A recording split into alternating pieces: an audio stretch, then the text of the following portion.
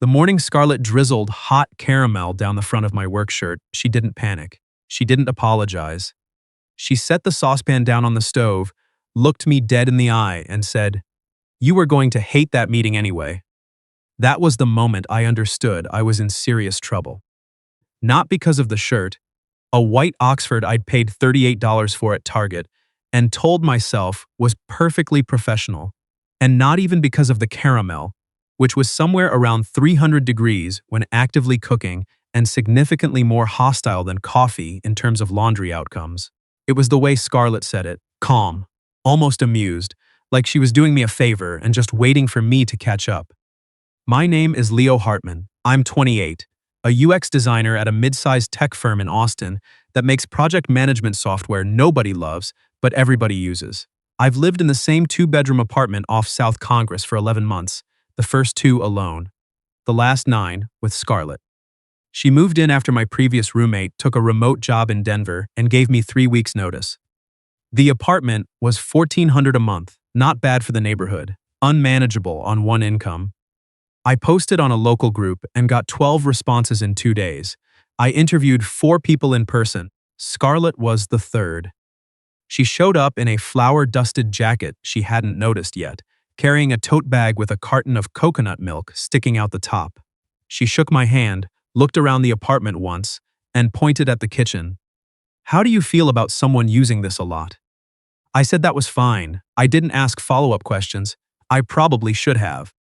Scarlett was 26, a recipe developer and food blogger who shot content from home 3 or 4 days a week. Her channel, 40,000 subscribers and climbing, was called Low Key Kitchen, which I learned approximately 14 minutes after she moved in, when she apologized for the ring light she needed near the window. She tested recipes constantly. There was always something on the stove, always something proofing in the oven, always some experimental sauce in a mason jar on the shelf of the refrigerator with a piece of masking tape that read things like miso caramel V3, hands off, or fermented hot sauce. Not ready, Leo. She'd used my name on that last one specifically. I'd apparently looked at it wrong. The arrangement was supposed to be simple. Pay your half, don't steal each other's groceries, keep the bathroom schedule reasonable. I had rules, unspoken ones, the kind that feel too strange to put in a lease agreement. No getting attached, no noticing that she looked better than anyone had a right to when she was just standing at the counter at 8 in the morning, tasting something off a wooden spoon and reading a recipe with her brow creased like it owed her an explanation. No cataloging the sound of her laugh, which was quick and real and never performed for anyone's benefit. I had reasons for the rules. About a year before Scarlett moved in, I ended a 3-year relationship with someone I'd built my whole daily life around. It ended the way long relationships sometimes do. Not in one moment, but in a slow leak neither of us admitted to until there was nothing left. After that, I told myself I needed to be smarter about proximity. About not letting shared square footage trick me into feeling things that would eventually turn a perfectly good apartment into a place I had to survive. Scarlett did not make the rules easy to keep. She left cooking podcasts playing while she prepped. She remembered I'd mentioned once, in passing, that I liked green tea in the afternoon, and she started buying it without saying anything about it. When I came home with a bad day sitting in my shoulders, she didn't ask questions. She slid whatever she was testing toward my side of the counter and said, "Tell me if the salt's off." She wanted the feedback, sure. But she also knew that giving me something to do with my hands was easier than asking me to talk. I told myself none of that meant anything. I had a good roommate, that was all. The Sunday before the caramel incident, her friend Allison came over for what Scarlett called a content day. Allison had been her classmate at culinary school and had since pivoted to event planning. She arrived with a bottle of Prosecco and opinions about every single thing Scarlett was testing. I was working at the kitchen table because the light was better there, and I watched the two of them argue about whether brown butter needed more salt in the most specific and theatrical way I'd ever witnessed. "You live with her," Allison said to me at one point, gesturing at Scarlett with a spoon. "Does she always refuse feedback?" "I take all feedback," Scarlett said, not looking up from her pan. "I just have standards." She made a face then, quick and private, aimed at no one in particular, and I laughed. She glanced over at me from across the kitchen with an expression I took a second to read. Like she was glad I was there. Like she'd noticed. She looked away before I could decide what to do with it. The morning of the caramel incident was a Tuesday. I had a 9:30 call with a client who'd been rescheduling for 3 weeks, and I'd actually ironed my shirt, which should tell you how seriously I was taking it. Scarlett had been up since 6:30 working on a salted caramel recipe she was calling the one that'll finally be right. There were 3 previous versions in the refrigerator, each labeled with a different verdict. Too thin, too sweet, grainy, scrapped. I came into the kitchen at 8:15, laptop bag over my shoulder, travel mug in hand. I was reaching around her for the mug she'd accidentally put on my side of the cabinet. We had a whole designated cabinet system. This was a known arrangement. When she turned from the stove, faster than either of us expected, the saucepan tilted. Caramel hit the front of my shirt in a long, decisive diagonal. I stood very still. Scarlett set the pan down. She looked at my chest, then at my face. Something moved through her expression. Not guilt exactly. More like the moment before a laugh that she was deciding whether to let out. "You were going to hate that meeting anyway," she said. Scarlett. It was already rescheduled twice. That's a sign. It's my only clean Oxford. You own 2 dress shirts and one of them has a weird collar. She wasn't wrong, which made it worse. That's not the point. She grabbed a dish towel and stepped toward me. Her hand pressed the cloth against my chest, fingers steady like she was trying to contain both the caramel and the situation.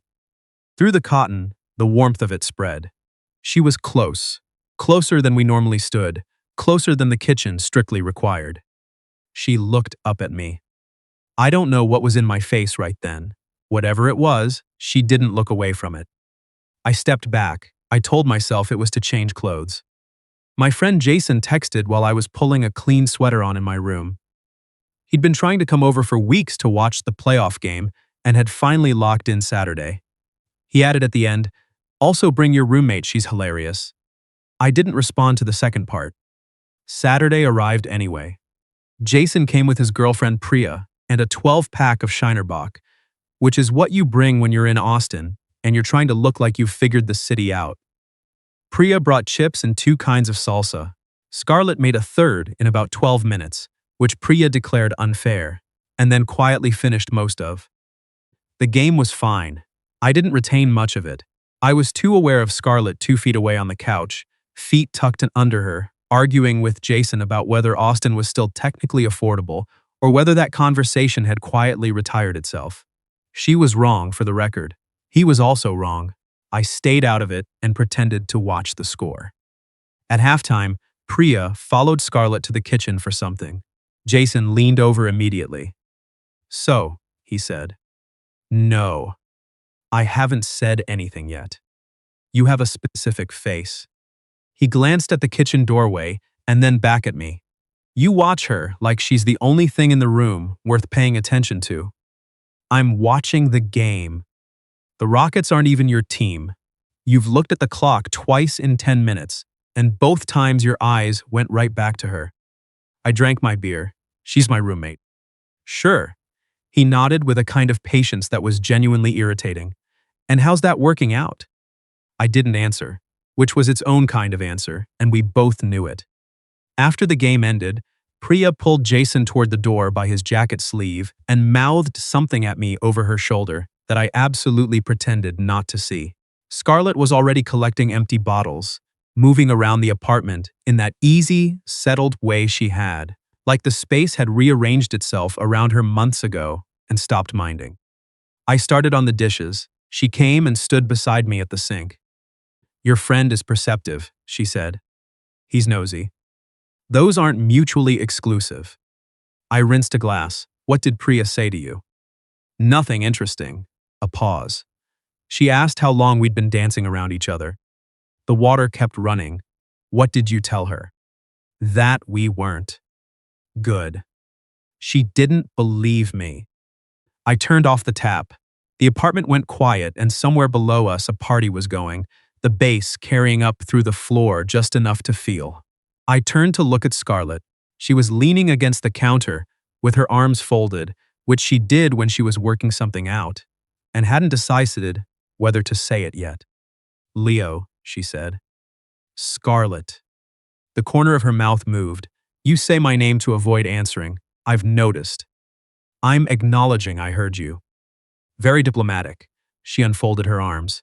I spilled caramel on you on Tuesday. You said it was an accident. I know what I said. I looked at her. Not the careful sideways kind of looking I'd been doing for 9 months. Actually looked the way I'd been making sure not to. She looked back and there was no performance in it. No roommate appropriate remove. Just her, in our kitchen, having a conversation we'd both been walking around the edges of for longer than either of us had said out loud. We share a lease, I said. My voice came out quieter than I intended. I know.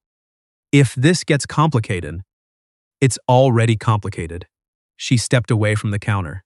You pick up Greek yogurt every time you go to H-E-B without asking because you noticed I was buying it. You mute your work calls when I'm filming. You've watched 3 full episodes of a cooking competition show you described as, quote, aggressively boring because I couldn't stop talking about how much I hated it. She tilted her head. Those aren't roommate things, Leo. I didn't say anything. I don't need you to have all of it figured out. Her voice was steady, but underneath it I heard something more careful, something that was choosing to be honest, even though honest was the harder option. I just need to know I didn't read this wrong. The answer came up before I could route it through anything sensible. You didn't. She exhaled, not a dramatic breath, just a real one, the kind that sounds like setting something down. Okay, she said. Okay? Yeah, she almost smiled. I can work with okay. I wanted to kiss her right then. I didn't, because the lease question and the what if this goes wrong question were both still standing there waiting, and I am unfortunately the kind of person who can't entirely turn that part of my brain off even when I very much want to.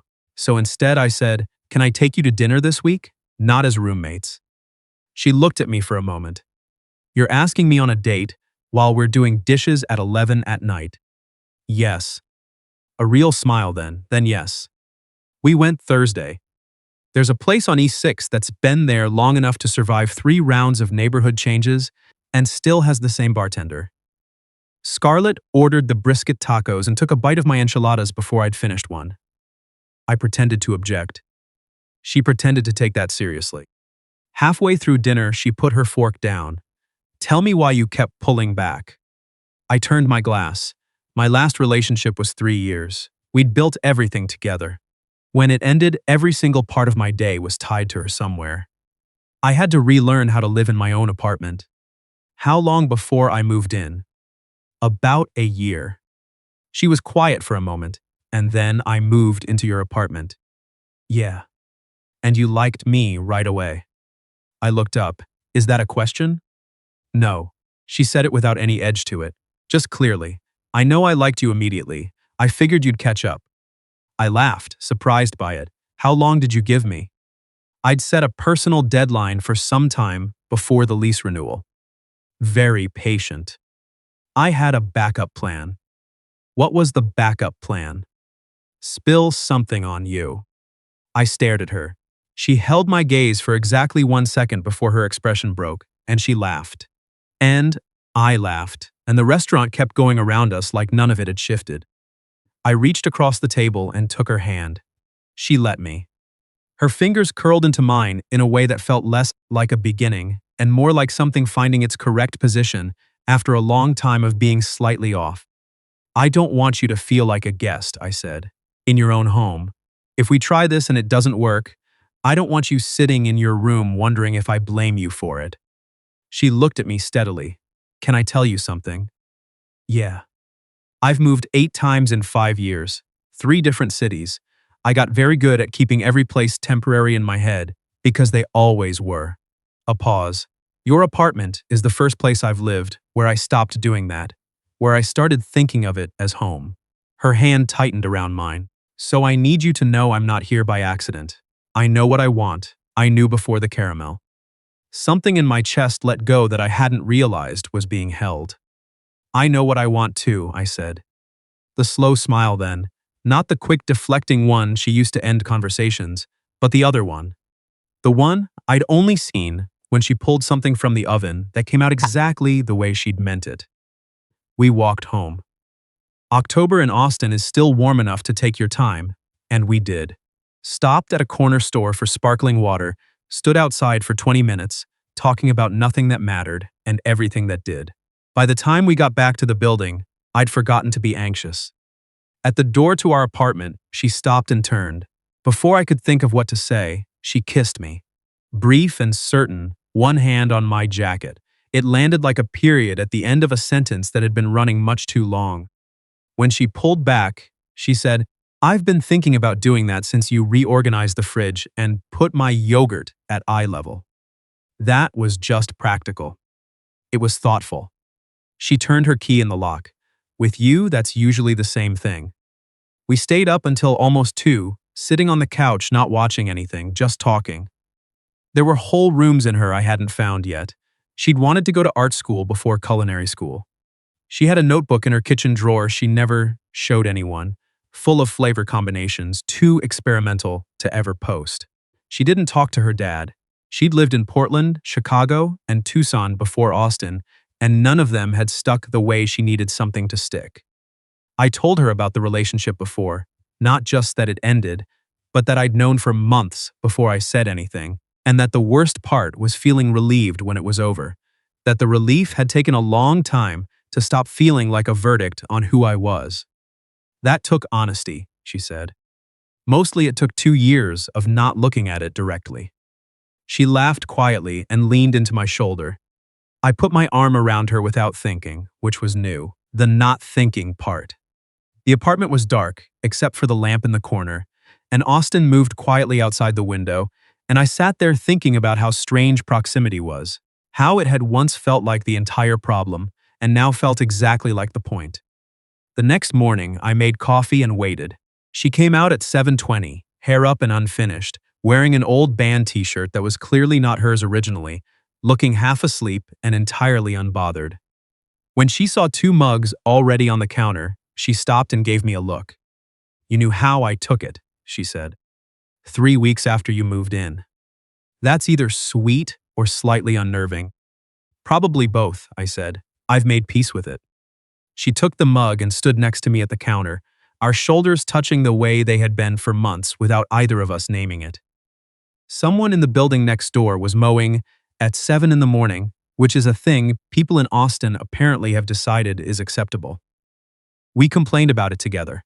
That was somehow quietly everything. 6 months later, there was a small framed piece on the shelf in our hallway. Scarlett had made it.